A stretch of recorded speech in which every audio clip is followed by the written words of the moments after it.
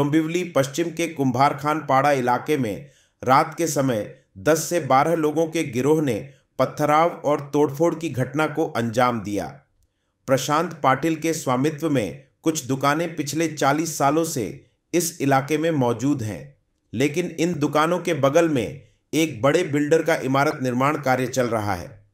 प्रशांत पाटिल की दुकानें इस विकास कार्य में बाधा बन रही थीं, इसलिए 4 तारीख की रात को गुंड प्रवृत्ति के लोगों को भेजकर उनकी जगह पर तोड़फोड़ और पथराव किया गया, ऐसा आरोप प्रशांत पाटिल ने लगाया है।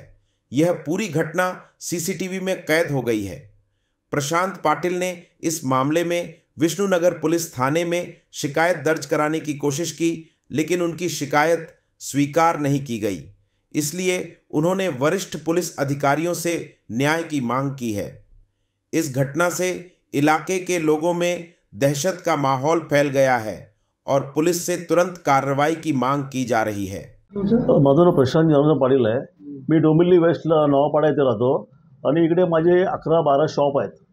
तिथे रात्रीच्या वेळी 10 ते 12 गुंडे लोक दहशत माजवण्यासाठी आले होते आणि या लोकांनी माझे कंपाऊंड तोडलेलं आहे, माझ्या जागे हडपण्याचा प्रयत्न केलेला आहे आणि माझ्या ऑफिसवर दगडफेकसुद्धा केलेली आहे आणि माझ्या CCTV कॅमेऱ्यावर पण त्याचं एक नुकसान झालेलं आहे।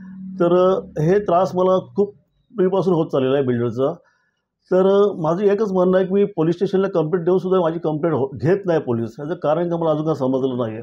मला माझ्या जीवाला धोका आहे म्हणून मी कंप्लेंट दिलेली आहे, पण पोलीस काही कारवाई करत नाही। कारण मी रात्री अपरात्री घराच्या बाहेर निघत असतो। उद्या जर मला माझ्या जीवाला काय झालं तर माझ्या कुटुंबाला धोका आहे बिल्डर लोकांपासून। तर कृपया मला पोलिसांवर कंप्लेंट केली आहे, पण त्यांनी कृपया सहकार्य करावं मला की नोंद करून घ्यावा आणि हे दहशत माजवण्याचा प्रयत्न करता रात्री अपरात्री तोडफोड या गुंडे पाठवता हे प्रकार थोडं थांबलं पाहिजे कुठेतरी। तुम्ही वेळ आली सर मी गेलो होतो 2-3 वेळा जाऊन आलो पोलीस स्टेशनला, विष्णुनगर पोलीस स्टेशनला, पण माझी तक्रार घेतली नाही, लेखी दिली तरी पण नाही। पण मला त्यांना सांगितलं माझे गुन्हा नोंद करा, कलम का असेल ते लावून टाका, पण ते बोले तू न्यायला भेटा त्याला भेटा, इकडे तिकडे उडवाउडवीची उत्तरं दिली त्यांनी मला आणि हे प्रकरण जेव्हा तिला मिटून टाकलं। मागच्या 2-3 वेळा असं झालेलं आहे, मी 2-3 वेळा अर्ज दिलेला आहे पोलीस स्टेशनला, पण ह्याच्यावर काही कारवाई केलीच नाही विष्णू पोलीस स्टेशनने। तुमच्याकडे काय पुरावा CCTV वगैरे आहे? हां सर, माझ्याकडे CCTVची मी फुटेज पण दिलेली आहे, DCP ऑफिसला दिलेली आहे, CP ऑफिसला पण दिलेली आहे आणि विष्णुनगर पोलीस स्टेशनला पण दिलेली आहे।